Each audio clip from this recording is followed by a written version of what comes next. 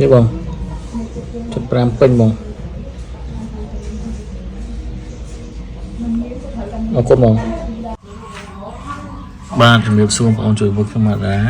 ដោយសារទ្រង់ FGS បងប្អូននេះថ្មីបងណាខ្ញុំនេះពីគូនេះវាស់ហើយបងវាស់ប្រវាយឲ្យបងប្អូនហើយនេះម៉ែតែគេវាស់បាទម៉ែនេះខ្មែរយើងក៏ប្រើនឹងវាស់ដែរភាគច្រើនមែនតើហើយនឹងយើងវាស់អាម៉ែរូតមួយទៀតបាទវៀតណាមក៏គេប្រើនឹងដែរขนาดទំហំនេះណាជាវាស់ប្រវែង75 885 82 83 65 60 63ហ្នឹងបាទអញ្ចឹងតើឲ្យបងណាមួយថ្មីនេះមួយឈុតនេះហើយនេះស្រោមបងនេះបងស្រោមថែមកបងទៅថែបងតែម្ដងបងណានេះជាប់របស់វានៅនេះ2ហើយថែបងទៅ4ទៀតបងថាបងយកអាស្រោមថ្មីទាំង4ហ្នឹងបាទមិនសរសេរលេខឲ្យទេឥឡូវខ្ញុំដាក់ឲ្យបងទៅ4ម្ដងបងខាងចំណេញអីអត់សំខាន់មកគាត់ស្រួលយើងក៏ស្រួលមកគាត់ដូចកៅអានចឹងខាងចំណេញអីយើងទៅបងនេះជប់បងតនេះប្រអប់ខាងបរិបទធម្មនេះគឺខ្ញុំទិញស្តុកទុកនៅផ្ទះរៀបចំដាក់តែម្ដងជូនភ្ញៀវតែម្ដងបាទអញ្ចឹងរៀបចំដាក់បងទៅបងអរគុណច្រើនបងណាហេងបងហើយផ្លែនេះជំរាបគាត់យកជាឈុតមួយឈុតនេះក៏ខ្ញុំធានាគាត់ដែរគាត់យកចូលបាក់វាអីខ្ញុំដូរវិញក្នុងរយៈពេល1ខែគាត់យកទៅនេះបាទហើយហ៊ានសងបងប្អូនអត់មានកុហកបងប្អូនទេផ្លែនេះលើកលែងតែបងប្អូនយកទៅគេហៅថាបុកដែកបុករបស់រឹងអីមួយទំហឹងវាអាចវាមុខតិចតួចអីដោយសារយើងសៃមុខវាស្ដើងមុខវាស្រួលអញ្ចឹងណាវាថាមកវាអត់ទៅទេចង់និយាយថាបើសិនថាមកចាក់ចឹងមន់ចាក់សាច់មន់ណាអត់មានស្នាមអត់មានវីអត់មានត្រុតទេគ្រាន់តែសឹកមុខជាទូទៅចូលម្ដងយើងធ្វើសៃយើងធ្វើមុខម្ដងហ្នឹងបាទហ្នឹងវាចឹងមែនជាក់ស្ដែង